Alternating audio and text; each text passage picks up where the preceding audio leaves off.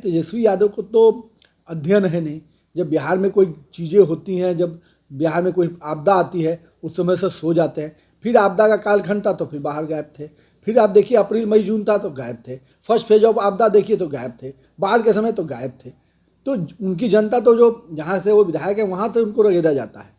तो मालूम है उनको कि ये बेरोजगारी, उनको अपनी बेरोजगारी दूर करनी है। मान लीजिए 8वां 9वां पास के लिए कौन नौकरी होगा, चाहे मान लीजिए अपराध करने वाला व्यक्ति होगा उसको कौन डीएसपी बनाया जाए, क्या उसको दरोगा बनाया जाए, सिपाही बल में लिया जाए। नमस्कार, आप देख रहे हैं लाइव सिटीज़। मैं हूं आपके साथ शिवम। नेता प्रतिपक्ष तेजस्वी यादव आने वाले दिनों में बेरोजगारी यात्रा की शुरुआत करने वाले हैं। आपको बता दें कि बिहार के अलग अलग जिलों में वो जाकर बेरोजगारों को जागरूक करेंगे और साथ ही साथ पटना के गांधी मैदान में एक फिर बड़ी बेरोजगारी रैली का आयोजन होगा। इसी को लेकर जब आज हमने बिहार सरकार के मंत्री नितिन नवीन के साथ साथ जेडीयू के एमएलसी नीरज कुमार से बात की तो उन दोनों ने तेजस्वी यादव के बेरोजगारी यात्रा पर जोरदार हमला बोला है। और क्या कुछ कह रहे हैं, पहले आप वो सुने। देखिए, सबसे पहली बात है कि जब भी उनकी नींद टूटती है तो वो फिर जनता के बीच में आते हैं और उन मुद्दों को लेकर आते हैं जिसमें कि जनता का कोई सरोकार नहीं है।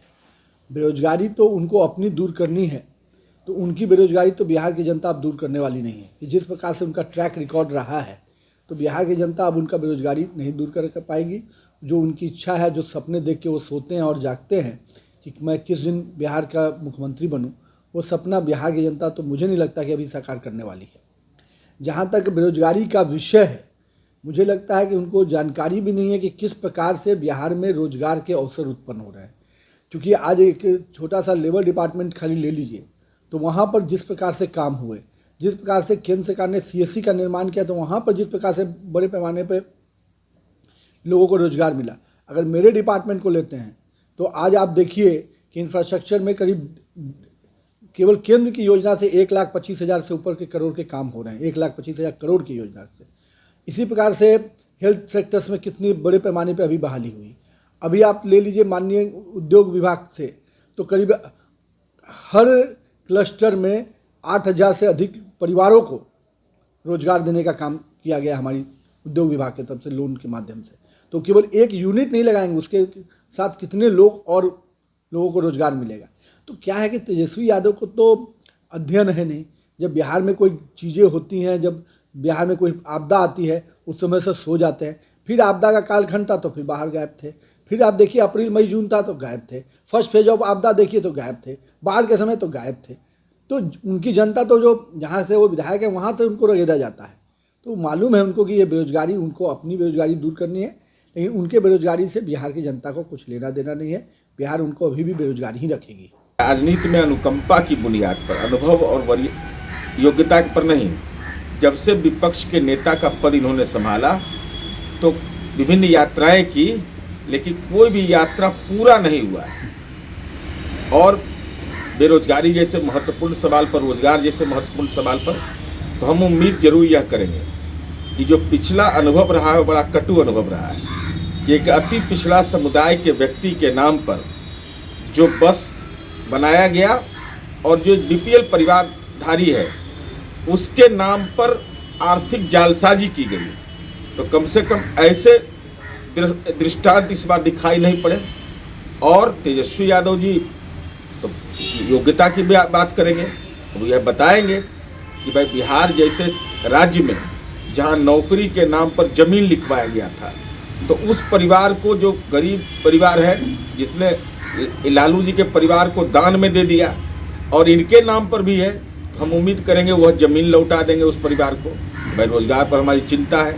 और साथ ही साथ माननीय नीतीश कुमार जी ने जो अपना रोड मैप बनाया, जिसमें कि हर एक पंचायत में रोजगार के नए अवसर सृजित हुए, तो यह बताएंगे कि भाई हमारे राज्य में, हमारे पिताजी के राज्य में तो जमीन उमीन लिखवाता था अब तब।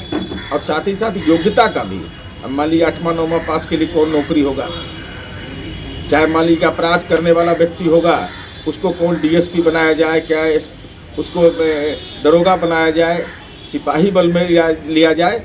और इस बात की चर्चा भी करेंगे कि माननीय नीतीश कुमार जी कैसे राजनेता बिहार की राजनीति में उभर करके आए, जो जनसंख्या घनत्व रहते हुए भी देश के दूसरे राज्यों से मैं चुनौती के साथ कहता हूं कि अगर आंकड़े आपके पास हैं तो तेजस्वी यादव उसको सार्वजनिक करिएगा कि बगल में उत्तर प्रदेश है, बंगाल है, क्या दूसरे हरियाणा है, पंजाब है। अभी हाल की रिपोर्ट आई है कि बेरोजगारी के क्षेत्र में हम लोगों ने क्या काम किया है। जो हमने काम किया है वह गांव में दिखाई पड़ता है। गांव की महिलाएं और बेटियां बोल रही हैं कि माननीय नीतीश कुमार जी ने रोजगार में हमको हिस्सा दिया, लेकिन दूसरी तरफ जिनका आपने हिस्सा लिया है उसको लौटा। तो आपने साफ तौर पे सुना, जहां एक तरफ बिहार सरकार के मंत्री नितिन नवीन का कहना है कि तेजस्वी यादव जो सपना देख रहे हैं वो सपना ना देखे बिहार की जनता, उन्हें कभी भी बिहार का मुख्यमंत्री नहीं बना रही है। वहीं साफ तौर पे जेडीयू के एमएलसी नीरज कुमार का कहना है कि जिस तरह से तेजस्वी यादव बेरोजगारों को लेकर एक बेरोजगारी रैली करने वाले हैं, तो ऐसे में क्या वो 8वीं 9वीं पास वालों को रोजगार देंगे। अब देखने वाली बात यह होगी कि जिस तरह से तेजस्वी यादव के बेरोजगारी रैली पर बिहार सरकार के मंत्री के साथ साथ जेडीयू के एमएलसी नीरज कुमार ने जोरदार हमला बोला है, तो ऐसे में अब राजद की तरफ से क्या कुछ जवाब निकल कर आता है। बहरहाल अब बने रहे हमारे साथ। अगर आपने हमारे चैनल को सब्सक्राइब नहीं किया है तो जल्द से जल्द सब्सक्राइब कर ले। धन्यवाद।